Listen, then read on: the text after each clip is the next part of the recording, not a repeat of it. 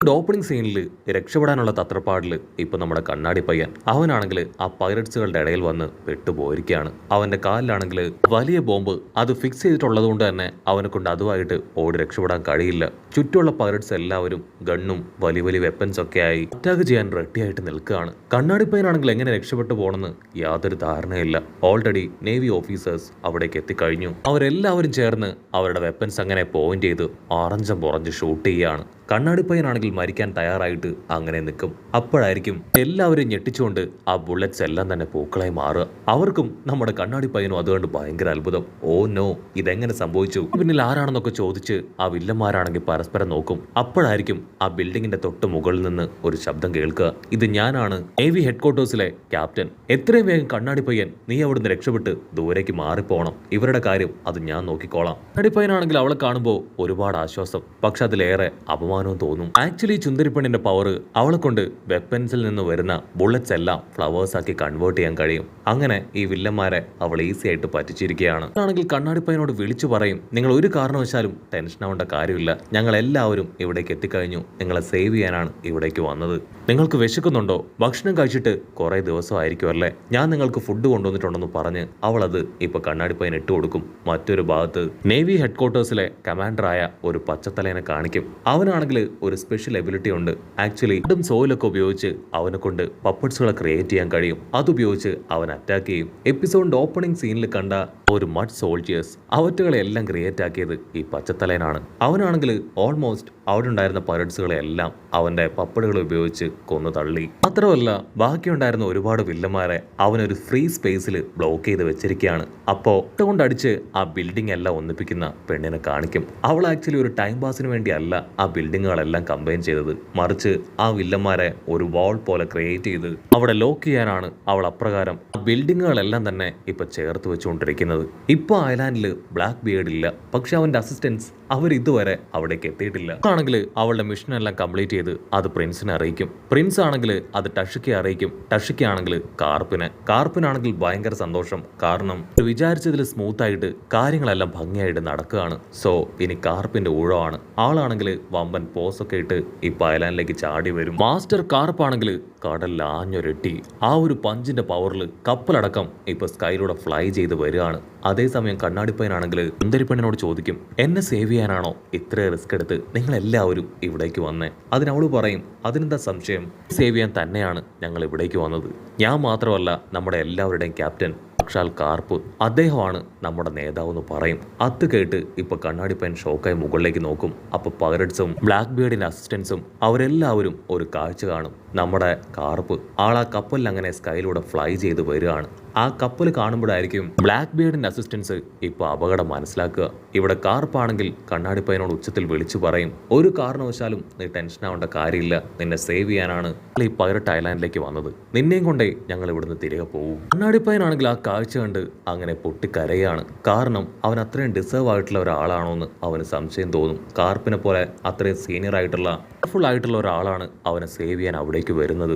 കാർപ്പാണെങ്കിൽ ഇപ്പോ നെഞ്ച് തകർന്ന് കരഞ്ഞ് കണ്ണാടിപ്പയ്യനും തന്നെ നോക്കും. ഒരു കാരണവശാലും നീ വിഷമിക്കരുത്, ഒന്നും തന്നെ സംഭവിച്ചിട്ടില്ല, നിന്നോടൊപ്പം ഈ നേവി മൊത്തം ഉണ്ടെന്ന് പറയും. അത്രയും നേരം കണ്ണാടിപ്പയ്യനെ പിടിക്കാൻ ശ്രമിച്ച ആ പൈററ്റ്സ് അവരാണെങ്കിൽ ആ കാഴ്ച കണ്ട് അവിടുന്ന് ജീവനും കൊണ്ട് രക്ഷപ്പെട്ടു പോകാനായിട്ട് ശ്രമിക്കുകയാണ്. അതുകണ്ട കാർപ്പ് ഉച്ചത്തിൽ വിളിച്ചു പറയും, പൈററ്റ്സ് നിങ്ങൾക്കത്ര ധൈര്യം ഉണ്ടെങ്കിൽ എന്റെ ശിഷ്യൻ ആ കണ്ണാടിപ്പയ്യന്റെ ദേഹത്ത് നിങ്ങൾ കൈവെക്കും. ഉറപ്പായാലും അതിനുള്ള ഗിഫ്റ്റ് ഞാൻ നിങ്ങൾക്ക് തരും. ഇവിടെ ഫ്യൂച്ചർ പോലും എന്റെ ശിഷ്യൻ കണ്ണാടിപ്പയ്യനാണെന്ന് പറഞ്ഞ് ആളുടെ ഹോക്കി പവറും കംപ്ലീറ്റ് പവറും റിലീസ് ചെയ്ത് അവർ ക്രിയേറ്റ് ചെയ്ത ആ ബിൽഡിംഗ് ട്രാപ്പിലേക്ക് ചാടി വന്ന് നിലത്തൊരു പഞ്ച്. ആ പഞ്ചിന്റെ പവറിൽ ചുറ്റും ഉണ്ടായിരുന്ന പൈററ്റ്സ് അവരങ്ങനെ കത്തിക്കരിഞ്ഞു പോവാണ്. കണ്ണാടിപ്പയ്യന് കാർപ്പിന്റെ പവർ നന്നായിട്ട് അറിയാം. അതുകൊണ്ട് തന്നെ അവൻ ഇമ്പാക്റ്റ് ഒന്നും സംഭവിക്കാതിരിക്കാനുള്ള പ്രിക്കോഷൻസ് അതെടുത്ത് അവൻ സേഫ് ആയിട്ട് നിൽക്കും. അവൻ കാർപ്പിനെ തന്നെ നോക്കും. അവനോടുള്ള സ്നേഹം എത്രത്തോളം ഉണ്ടെന്ന് ഇപ്പോൾ കാർപ്പിന്റെ വാക്കുകളിൽ നിന്ന് അവന് മനസ്സിലായി കഴിഞ്ഞു. ഇത്രയും ഹൈറ്റിൽ നിന്ന് താഴേക്ക് വന്ന കാർപ്പ് ആളാണെങ്കിൽ സ്റ്റൈലായിട്ട്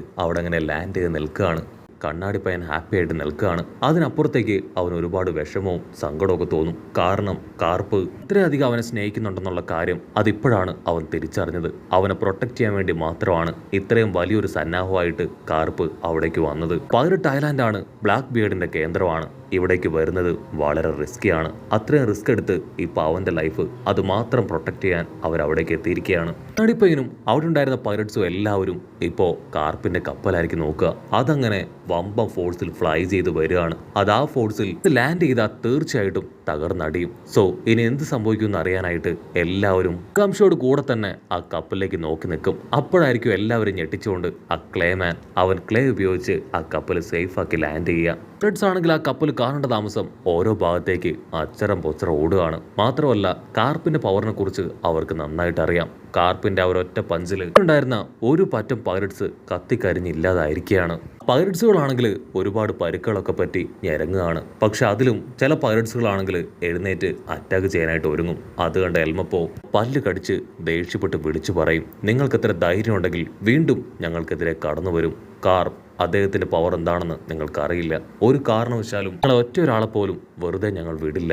അത് കേട്ട് അവർ ഷോക്കാവുകയാണ്. മാത്രമല്ല ചങ്കും വിരിച്ച് അവിടേക്ക് കടന്നു വന്നവര് 100-110 ഓടും. ഇവിടെ കാർപ്പാണെങ്കിൽ ചുറ്റും നോക്കും. ഒരുപാട് പൈററ്റ്സ് പരുക്ക് പറ്റി കിടക്കുകയാണ്. ആ പൈററ്റ്സുകളാണെങ്കിൽ വിളിച്ചു പറയും, ദയവ് ചെയ്ത് ഇനിയും അറ്റാക്ക് ചെയ്യരുത്. നിന്റെ ഒറ്റ അറ്റാക്കിൽ തന്നെ ഞങ്ങൾക്ക് പലർക്കും ജീവൻ നഷ്ടപ്പെട്ടു. ഞാനടക്കം ഒരുപാട് പേര് ഇപ്പൊ പരുക്കുകൾ പറ്റി അനങ്ങാൻ പോലും കഴിയാത്ത രീതിയിൽ കിടക്കുകയാണ്. ഇവിടെയുള്ള ബിൽഡിങ്സ് അതെല്ലാം തകർന്നു വീണു. ഇതൊക്കെ ബാക്ക് ടു നോർമൽ ആക്കാൻ ഒരുപാട് പണം അത് ആവശ്യമാണ്. അത്രയും പണം ഞങ്ങളുടെ കയ്യിലില്ല. അതേസമയം കണ്ണാടിപ്പയ്യനാണെങ്കിൽ കാർപ്പിനെ കണ്ട സന്തോഷത്തിൽ അവിടേക്ക് ഓടിയെത്തും. എല്ലാവർക്കും അവനെ കണ്ട് ഒരുപാട് സന്തോഷം. അവരെല്ലാവരും കണ്ണാടിപ്പയ്യന്റെ പേര് വിളിച്ച് cheer ചെയ്യുകയാണ്. ഇവിടെ ആ വില്ലന്മാർക്കാണെങ്കിൽ കാർപ്പിന്റെ പവർ കണ്ടാണ് അത്ഭുതം. കാരണം ഈ പ്രായത്തിലും ആളുടെ പവറിന് യാതൊരു കുറവുമില്ല. അതേസമയം പ്രിൻസിനാണെങ്കിൽ പയ്യനോട് ഒരല്പ അസൂയ തോന്നാണ്. മറ്റൊന്നും കൊണ്ടല്ല, അവനാണ് ഫ്യൂച്ചർ നേവിയുടെ ഫ്യൂച്ചർ എന്നാണ് കാർപ്പ് പറഞ്ഞത്. അത് പ്രിൻസിന് അത്ര ഇഷ്ടമായിട്ടില്ല. പക്ഷെ എങ്കിലും അവനത് പുറത്ത് കാണിക്കില്ല. കാർപ്പാണെങ്കിൽ കണ്ണാടിപ്പയ്യനെ നോക്കും.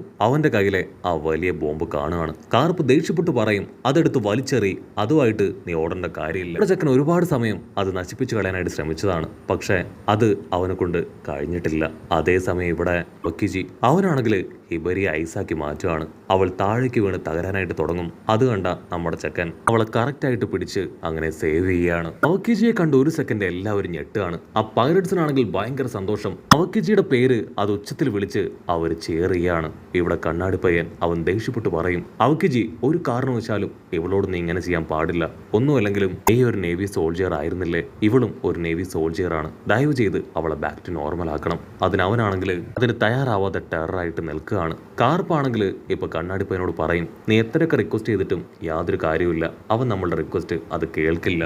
അവന്റെ ലോഡ് അത് ഇപ്പൊ ബ്ലാക്ക് ബിയർഡ് ആണെന്ന് പറയും. അതിനവൻ പറയും, അതെ, എന്റെ ഇപ്പോഴത്തെ ലോഡ് ബ്ലാക്ക് ബിയർഡ് തന്നെയാണ്. ബ്ലാക്ക് ബിയർഡ് ഇപ്പോൾ ഈ ഒരു ഐലാൻഡിൽ ഇല്ല. ഈ ഐലാൻഡിന്റെ റെസ്പോൺസിബിലിറ്റി അതിപ്പോ എനിക്കാണ്. ഇങ്ങനൊരു അവസ്ഥയിൽ കണ്ണാടിപ്പയ്യ നീ രക്ഷപ്പെട്ടു പോയാൽ അതിലേറ്റവും കൂടുതൽ അപമാനം എനിക്കാണ്. അങ്ങനെ സംഭവിക്കാൻ ഒരു കാരണവശാലും ഞാൻ അനുവദിക്കില്ല. സോ മര്യാദയ്ക്ക് നീ തിരികെ പ്രിസണിലേക്ക് പോകണം. അതിന് നീ തയ്യാറായിട്ടില്ല എങ്കിൽ നിനക്ക് വേണ്ടപ്പെട്ട ഓരോരുത്തരായിട്ട് ഞാൻ ഐസാക്കി മാറ്റി തകർത്തില്ലാതാക്കും. പിന്നീട് ഒരിക്കലും അവർ നിനക്ക് തിരികെ പിടിക്കാനായിട്ട് കഴിയില്ല. അവിടുന്ന് അങ്ങനെ കട്ട് ചെയ്ത അവക്കിജിയുടെ ഒരു ഫ്ലാഷ് ബാക്ക് കാണിക്കും. അതായത് സെൻഗോക്കുവിന്റെ റിട്ടയർമെന്റിന് ശേഷം ആളുടെ പൊസിഷനിലേക്ക് ആര് വരും എന്നാണ് ഇവയിലെ പുതിയ ഡിസ്കഷൻ.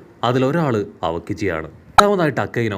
അവരിൽ ആരാണ് മോസ്റ്റ് പവർഫുൾ എന്നറിയാനായിട്ട് അവർ രണ്ടുപേരും തമ്മിൽ ഫൈറ്റ് ചെയ്തു. ദിവസങ്ങളോളം ഫൈറ്റ് ചെയ്ത് അക്കൈനോ ഒക്കിജിയെ തോൽപ്പിച്ചു. അക്കൈനോയ്ക്ക് വേണമായിരുന്നെങ്കിൽ അവക്കിജിയെ കൊന്നുകളയാൻ കഴിയുമായിരുന്നു. പക്ഷേ അക്കൈനോ അപ്രകാരം ചെയ്തില്ല. അപമാനം കൊണ്ട് അവക്കിജി ആണെങ്കിൽ നേവിൽ നിന്ന് റിസൈൻ ചെയ്ത് മറ്റൊരു ഐലാൻഡിലേക്ക് വന്നു.